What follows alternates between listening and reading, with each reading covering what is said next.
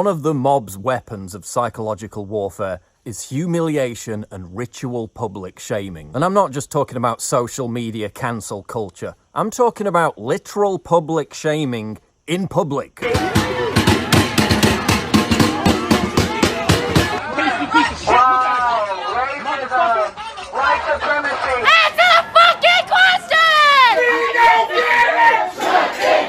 Wouldn't it be chilling if the exact same tactics used by the Red Guards during the psychological terror campaign of China's Maoist cultural revolution were being used today? Yes, it would.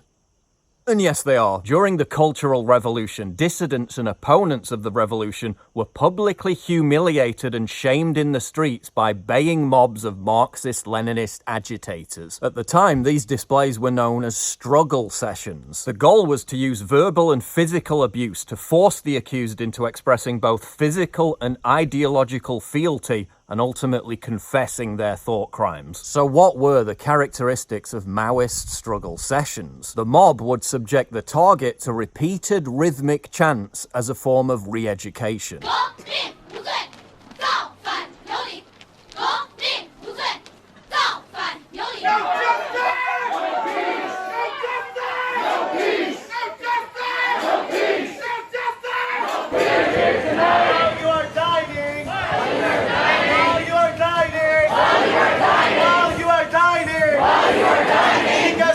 People are dying in the hands of the police! Because black people are dying in the hands of the police! Black people are dying in the hands of the police! Black people are dying in the hands of the police! The mob would force the target to kneel, which is another form of ritual public shaming.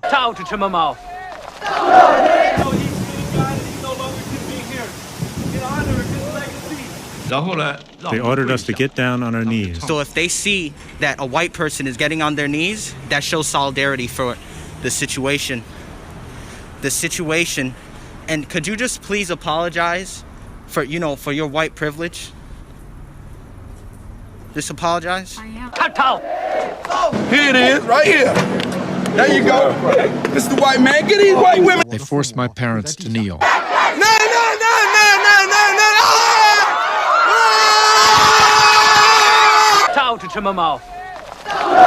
The target was made to wear blackboards describing their alleged crimes and sins. The highest-ranking victims were brought out for public humiliation before mass meetings in a football stadium.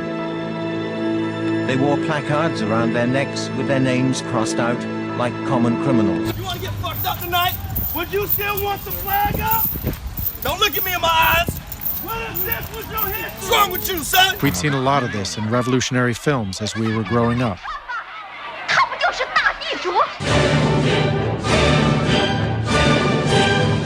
The target who professed their innocence, maybe by refusing to conform to groupthink and mob intimidation, was regarded by the Maoists as the most guilty. Confess your crimes! Nothing to confess. I can remember as though it were yesterday watching a group of strongly built students, including some of my own classmates, boys who practiced martial arts.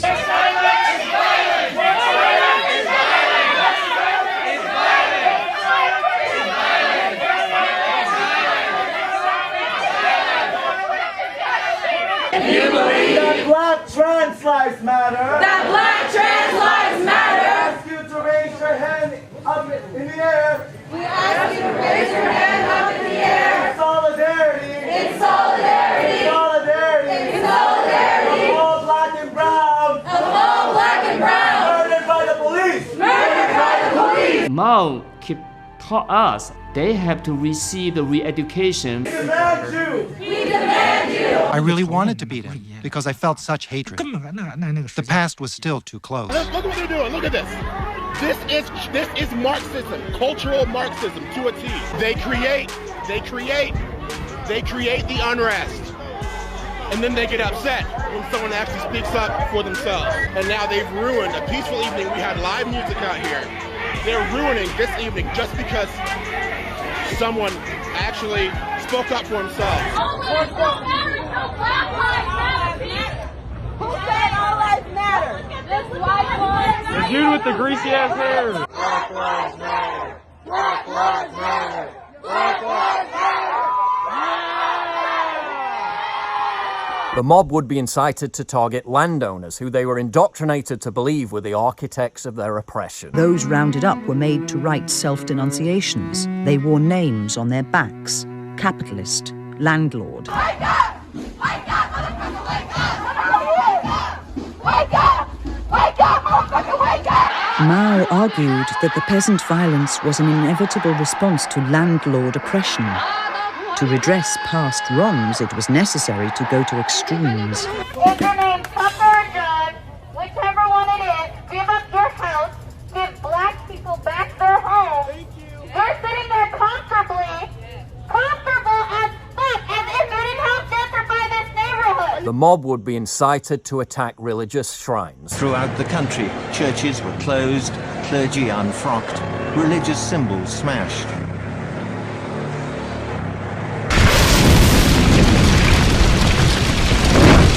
Temples and shrines were ransacked. Despite official designation as cultural treasures,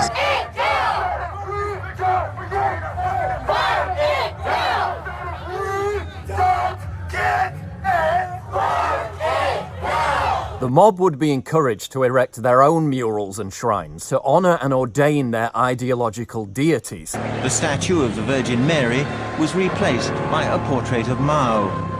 One form of worship gave way to another.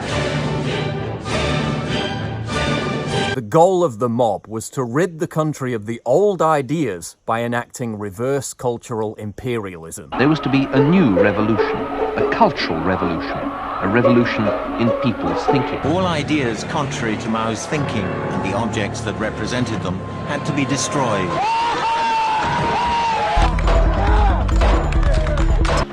many irreplaceable objects were destroyed. Instance, fall from grace.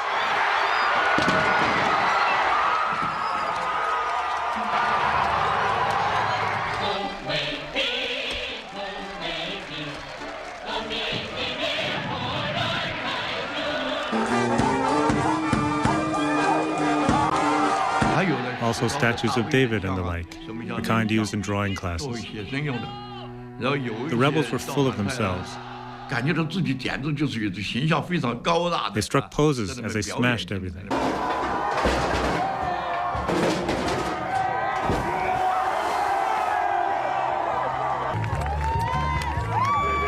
Not just by attacking the ideas, but by physically attacking the people, buildings and icons that represent those ideas and replacing them with their own. Zhou Enlai's implicit distinction between smashing bourgeois ideas and smashing bourgeois individuals was quickly forgotten. Both young Red Guard fighters go out on the streets. That is, the old ideas, old culture, old customs and old habits left over by the old society which spread feudal poison and symbolized imperialist aggression and capitalist exploitation. And the people sinned a great sin, for they had made them a god of gold. And they bore him upon their shoulders and rejoiced, saying, "This be our God." The mob would be incited to attack shops and businesses perceived not to be fully supporting their cause. They're destroying old shop signs and replacing them with revolutionary ones.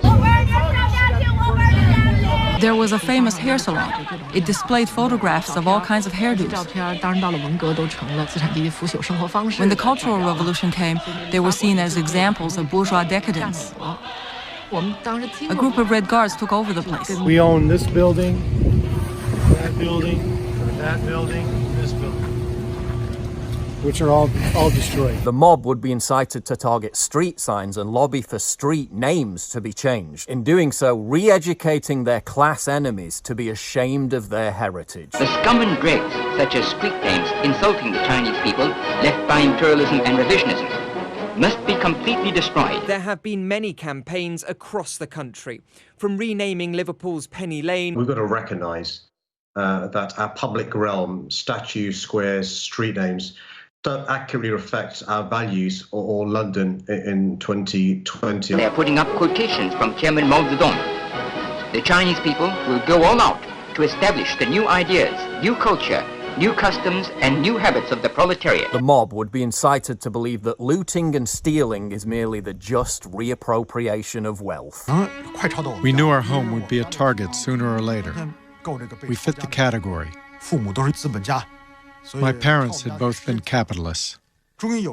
Finally, one day, the Red Guards came charging in and turned our house upside down. This is a business that my parents started 40 years ago, small, out of their garage. You didn't do anything to anybody. You know, why did we deserve it? Former capitalists who had long since given up their assets. The local police asked the Minister of Public Security if the Red Guards should be stopped. No, that would be unwise. Now, I'm not saying that the activities of BLM have reached anywhere near the level of terror dished out by the Red Guard. But I'm starting to notice some similarities. Victims of the Maoist Cultural Revolution were not just publicly shamed for their beliefs, they were executed for them. Of course, that would never happen in America, would it? One person wearing a Patriot prayer hat was shot and killed in Portland last night. He was a fucking Nazi! Our community held its own! And took out the trash! Dissidents and thought criminals who refused to cave to the mob were also taken to re-education gulags. Of course, that would never happen in America, would it? They also believed that their immediate responsibility would be to protect against what they called the counter-revolution. And they felt that this counter-revolution could best be guarded against by creating and establishing re-education centers in the Southwest. Where we would take all the people who needed to be re-educated into the new way of thinking and teach them how things were going to be. I ask, well, what is going to happen to those people that we can't re-educate, that are die-hard capitalists? And the reply was that they'd have to be eliminated. And when I pursued this further, they estimated that they would have to eliminate 25 million people in these re-education centers. And when I say eliminate, I mean kill. 25 million people.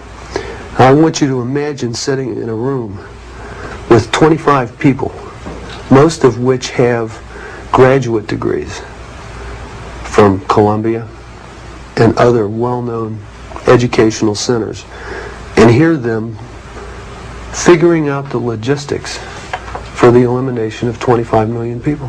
And they were dead serious. In 1984, George Orwell described the 2 minutes of hate, which was akin to public shaming training for the citizens of Airstrip 1. The rage that one felt was an abstract, undirected emotion, a shaming ritual which could be switched from one object to another like the flame of a blow lamp. Just as BLM agitators are able to switch their rage on a whim, from targeting a senator to a diner to an old woman, all seen as being born with original sin because of their skin colour. The object of ire could be anyone, writes James Panero. What matters is the display of denunciation and the pitiless scorn that must be arbitrarily shown. The impact of public shaming is also reflected in political polls. In the case of both Brexit and Donald Trump, the polls got it spectacularly wrong. Part of the reason for that was because voters were reluctant to tell pollsters their actual voting preference. Whatever the strength of their private beliefs, public shaming had made people ashamed of expressing support for Brexit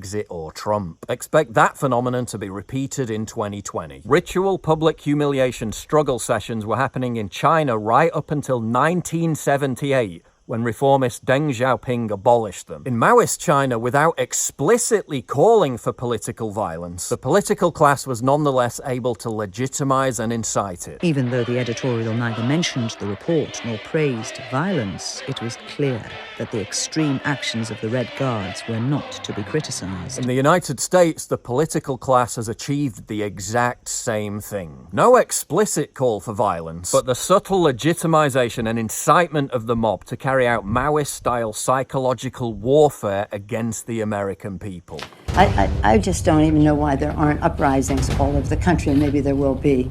People need to start taking to the streets. This is a dictator. You know, there needs to be unrest in the streets for as long as there's unrest in our lives. Enemies of the state.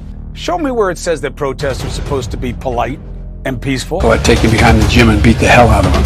Punch some people in the face! And if you see anybody from that cabinet in a restaurant, in a department store, at a gasoline station, you get out and you create a crowd.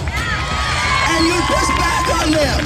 And you tell them they're not welcome anymore, anywhere. And now the same political class is using the threat of that same mob to intimidate Americans into voting them into power. History doesn't repeat, but it often rhymes.